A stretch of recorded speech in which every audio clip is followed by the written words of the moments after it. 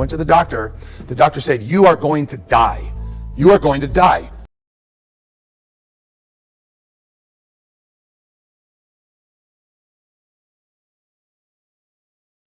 Hi, welcome back to Paying Attention. This is Delon.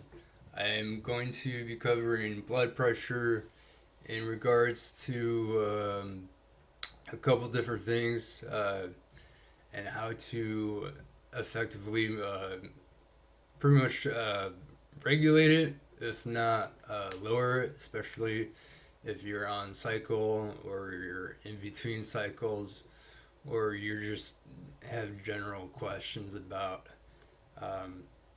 keeping blood pressure in check, and especially with the emphasis on growth hormone and AAS, anabolic, anaerobic steroids, or androgenic anabolic steroids, as it's more commonly known as. So basically, with blood pressure, it's produced by your bone marrow, and the scientific name for it is erythropoiesis, and that just is a fancy name for your blood cells, more specifically your red blood cells, which is going to be like your albumin, erythrocytes, or erythrocytes, some people say it that way. But basically, that is what's going to carry, one, your oxygen, two, any other main hormones that go through your body that have binding affinities to ligands like insulin or anything secreted pretty much in as a protein in your blood that's going to have, like I said, a binding affinity. Red blood cells basically are one component of your blood pressure. Other things to keep in mind is your platelet count. Well, most people think of platelets as just like clotting. It will help prevent any risk of an embolism, which is when your platelets basically clot and then restrict blood flow, and then this can have a deleterious effect in the sense of the fact that you can have a mild stroke or heart attack. I say that in a laughing manner, but it's not really funny. But yeah, basically, if you're on growth hormone, one of the things that can happen is it can create a receptor insensitivity, especially for insulin, because it inhibits it for lipolysis. So one mitigating factor, or what you can do, is you can source the fuel of where your body is using for its TCA or TCA, or your citric cycle, and what it's using for energy. Most people know about ketosis. Ketones is big, popular fad diet, and what that basically does is it uses ketones, obviously, but one of the primary components of ketosis is BHB, which is beta hydroxybutyrate, and what that is a direct result of your body's going into a prime, like almost primordial, kind of like almost starvation. So for the first 24 hours, your body will go into uh, glycogenolysis, and then after the glycogenolysis, which is basically your body just using glycogen, which most of 60 to 80% of your glycogen is stored in your muscle. And so when you're traditionally working out, your muscle uses this glycogen in addition to euglycemic, which is carbs in your blood, and carbohydrates in your liver, which are around 40 grams, which is also what your body uses a day, which is also why usually around 40 to 50 grams of carbs will take you out of ketosis and put you back into regular fasting and feeding mode, which would primarily derive its source of energy from carbohydrates, which would then be either converted or received through your GLUT2 or GLUT4 receptors, depending on if it's hepatic, which would be your liver, or your muscle, which would be not your liver. There are other tissues, but those are the main two. So GLUT2 and GLUT4, and then it would go through what's called glycolysis, which I talk about in another video that I'll link above. And then when it goes through glycolysis, if it's not primarily muscle, but okay, we're just going to talk about muscle because that's mostly what glycogen is stored in. It does not have what's called G6 phosphatase. So if your insulin receptor is inhibited, it can't use that to take the glucose and receive it, so you can get what's called hyperinsulinemia, because when your receptors have already gotten desensitized to the insulin, so your pancreas, in response to that, will secrete more, and then eventually the islet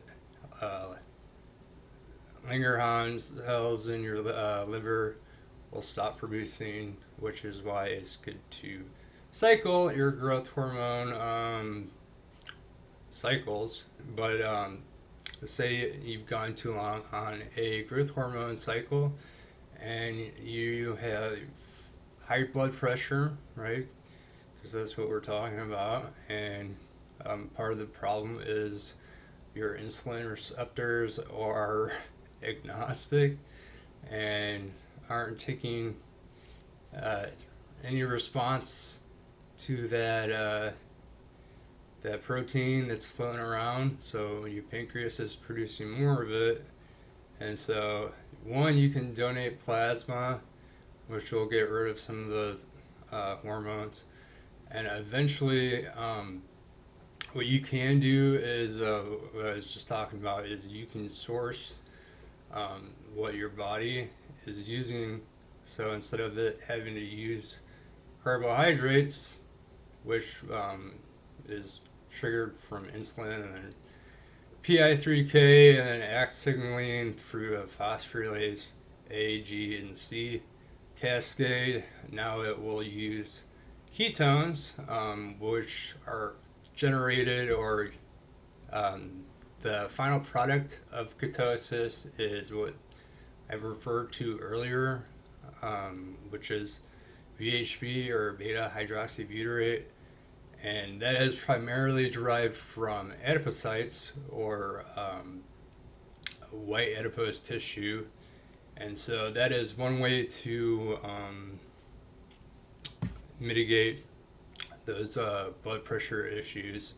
So just to recap, if you have high blood pressure from a growth hormone cycle, some of the mitigating things that you can do is you can take away some of the plasma that has your red blood cells in them. You can limit your erythropoiesis by eating less through different sourcing of TCA or citric cycle intermediaries, also known as ketosis. Another quick point for that is when you do go past the post-absorption phase and when you're going from glycogenolysis, which is about 12 to 24 hours, you will experience, which is ketonuria, and that is will make you feel lethargic, and then you'll have less energy, and that kind of goes along with just ketosis diet or ketogenic diet in general is because it's having to convert those ketones to BHB and acetoacetate for primarily BHB, but a secondary substrate that your TCA cycle uses for oxidative phosphorylation and energy intermediaries is so acetoacetate. So, but primarily BHB is the main one for that, and so you can do that to help your blood pressure. So after those 24 hours, your ketonuria hopefully will have subsided, and you will now be in what is known formally as ketosis. And once you go into ketosis,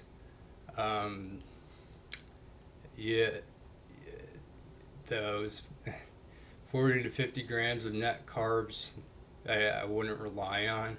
I would specifically just stick to whole carbs in general, because like I said in another video that I can post up at the top, some of carbohydrates are soluble and are more soluble than others, and so you're not really getting. I know a lot of marketing likes to advertise net carbs, but you're not always getting the whole solubility story with that. So I would be wary of any carbs in general that would knock you out of using ketones as a primary fuel component for your TCA ATP production that's going to generate from white adipose tissue and other intermediaries, but primarily that. Yeah, that's pretty much all I got for red blood cells, platelets, and lowering your hematocrit. You can also donate whole blood. Yeah, you can use all ketones, donating plasma, blood, or platelets. And another thing that helps for cardiovascular, I know that a lot of bodybuilders are wary of too much cardio because it cuts down from their lactate, which is more of a pyruvate, but it's just kind of like also a waste product of ATP, so you're gonna get that anyways. But you might not have the same kind of pumps as you would from a carb cycle, just if you're coming off a growth hormone cycle, mostly just because your body might be insulin resistant, so it's not storing those carbs as glycogen in your muscles. And also carbohydrates are larger molecules in general, so you get more of a pump when you're on just a normal bulking phase, because there's more fuel readily, and your body doesn't have to go through extra steps to convert other TCA cycle or citric acid cycle intermediaries for energy. So that is one thing to note, is you'll have lower energy, but it will help you keep your in conjunction with other amino acids, so if to keep you from going from the post-absorption phase to the keto neogenesis, which would then start using amino acids, and it would start breaking down protein, and then use alanine and tyrosine and for primary fuel. And those aren't as efficient because those are what structurally hold your molecules together, so that is not recommended. You don't want to do that, so you can supplement amino acids to do that, and BHB to keep you out of that starvation phase, and make sure that you don't go from post-absorption phase to starvation, and you just go from post-absorption to ketogenesis.